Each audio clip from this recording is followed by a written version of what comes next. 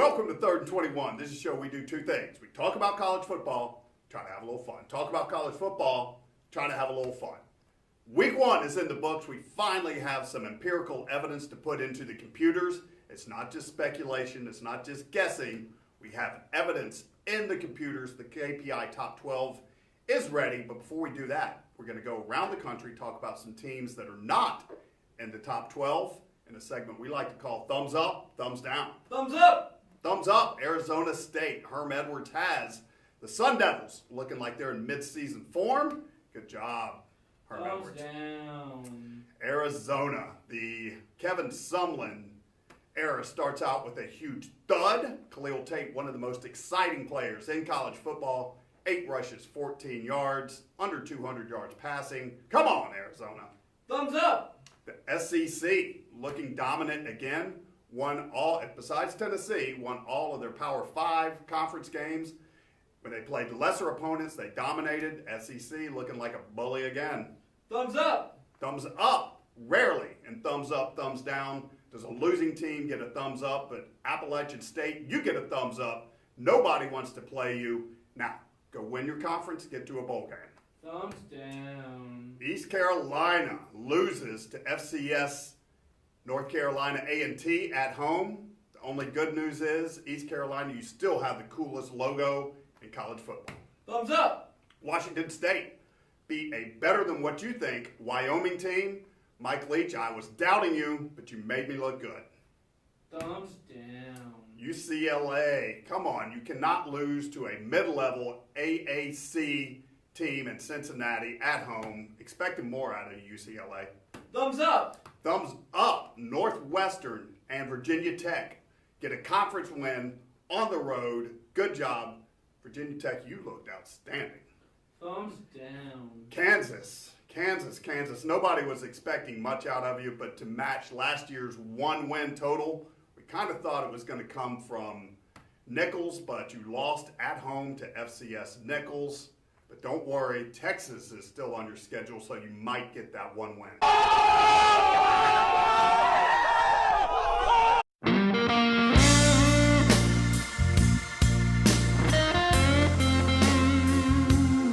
Welcome to 3rd and 21, a show where we talk about college football and try to have a little fun.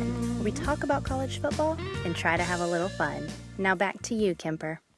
All right, one thing that you need to know about the KPI, the first month of the season or so, you're going to see some wild swings.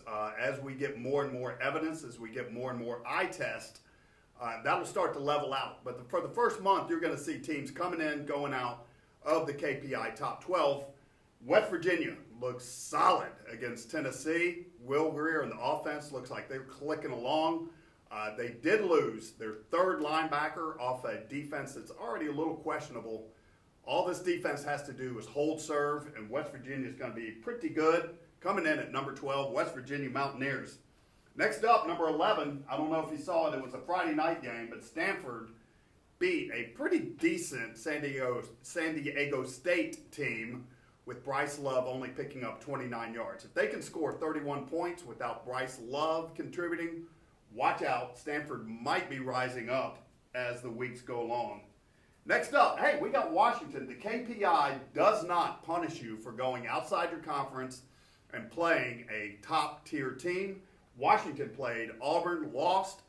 Could have gone a couple of different ways. It didn't. Washington still has a quality team, great defense. Washington, no problems. Next up, Penn State. Penn State almost got knocked out of the playoffs before the season even started, playing Appalachian State. They still got a really good team. I'm looking for good things out of Penn State. Sometimes in championship years, you've got to have that one game that you barely slide by. Appalachian State might have been that for Penn State. Next up, Notre Dame completely dominated a pretty good Michigan team. Winbush surprised me. He's a better quarterback than he was last year, and the defense is outstanding. Now, do not freak out. Like I said, you're going to have wild swings in the KPI. Coming in at number 7 is the Georgia Bulldogs. What? They won 45-7. The KPI does not reward playing FCS opponents and beating up on them. The game I did watch, there's no weaknesses. There's talent all over the board. You'll get a chance to prove yourself this coming up week in Columbia when you play South Carolina. But coming in at number 7 is Georgia. We're going to take a super quick break. Come back. We're going to break down number 6 through 1. Don't go anywhere. This is an MRI. So is this. Can you see the difference? No? How about now? That's because this one is from a hospital. And this one is from American Health Imaging. You don't have to go to a hospital for high-quality imaging. For a fraction of what you'd pay at a hospital, get your next MRI or CAT scan from American Health Imaging. Visit AmericanHealthImaging.com for the location nearest you. Welcome back. You know what it is. You know what it is. Black and yellow, black and yellow, black and yellow. It's your health. It's your money. It's your choice. AmericanHealthImaging.com. We're going to take it from number 6 up to the KPI number 1, week 1. Coming in at number 6 is Wisconsin, coming off a 34-3 victory over Western Kentucky. Still without their top 2 receivers. That concerns me. But Wisconsin coming in at number 6. Number 5 and up 2 spots is the Oklahoma Sooners. Oklahoma dispatched Lane Kiffin and FAU. Came in, no weaknesses that I saw. Kyler Murray replacing Baker Mayfield without a problem. Oklahoma coming in at number 5 and looking good. Number 4, when you play a top-ranked team on your first week, you move up, and you move up quickly. I said Auburn's defense is outstanding. They proved that. Watch out for Auburn making a huge jump up to number 4. Number 3, you watched this game, so did I. 77 points against a Power 5 team, even though it was Oregon State. Whenever you score 77 points against anybody, that's impressive. Ohio State looking like a machine with or without Urban Meyer on the side. Last week, I had Clemson on number 1 spot. They dropped to number 2, not really because of anything they did besides playing Furman. They looked solid. They have no weaknesses, but if you watched Alabama play a better Louisville team, you saw their quarterback. Now they can score 40, 50 points a game, and they still have the same quality defense. There is no question. The best team in the country at this point, week number 1, is Alabama. Clemson, you're still loaded, but right now, the KPI spit out a resounding number 1 for Alabama.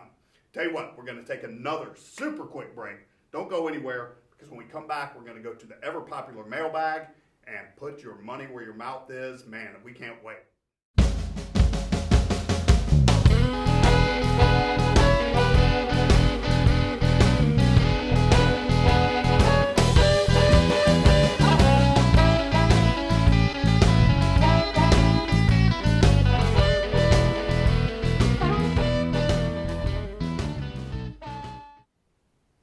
Welcome back. Always want to say thank you to Maxey Homes. Long on quality, short on drama. MaxeyHomesGA.com. And we're going to jump straight into Maxey's favorite part of this whole show.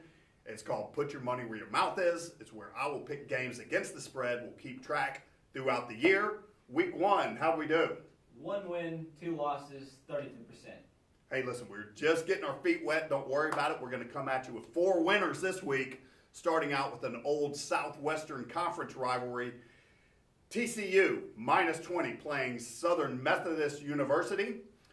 I look at TCU as being an outside shot at winning not only the Big 12, but possibly getting into the college football playoffs. I think TCU defense will stifle SMU, lay the 20, and don't worry about it. Number 2, Mississippi State, -6.5. At Kansas State. You know how much I like Coach Snyder. I think he gets his players. He's just better. He's just smarter than you are. But talent is with Mississippi State. All you got to do is cover 6.5. I think that'll be done by the end of the 3rd quarter. Mississippi State wins easy. Number 3, we've got Appalachian State versus the Charlotte 49ers. The spread there is 13.5 points. I think Appalachian State is going to be a little flat coming out, but By the second half, Appalachian State starts rolling. They cover the 13.5 points against a outmanned and outgunned Charlotte 49ers team. Number 4, we've got Kentucky playing Florida. They've lost 31 years in a row. It's almost hard to believe that one team could lose 31 times in a row to another. Next week at this time, it'll probably be 32 losses in a row, but the spread is 15 points. I think Kentucky keeps it closer than that, possibly has a chance at an upset. Take Kentucky plus 15. Watch what happens. So we've got TCU minus 20. We've got Mississippi State minus 6.5. Appalachian State minus 13.5. Kentucky plus 15. You'll thank me later. So with that, let's go straight to the ever popular mailbag brought to us by our friends at On the Road Again Cars, ontheroadagain.cars.com. Quality cars for quality people, ontheroadagain.cars.com. Mailbag. This is where you write in. Ask me any question about college football. I'll do my level best to give you a clear and concise answer. First question. Chris from Villarica. His question is, if a team is attempting an extra point and botches the snap, and the defensive team runs the ball all the way back, is that a touchdown or a 2-point conversion? Excellent question, Chris. That is going to be a 2-point conversion, 99% sure, but we need to check with the almanac. We'll get you a for sure answer before we get off the air, but I'm going to say it's a 2-point conversion. I'm 99% sure. Next question. Cody from Toledo asked, did you see the play against VMI? Yes, the punt, I'm sure that's what Cody's talking about. Got it.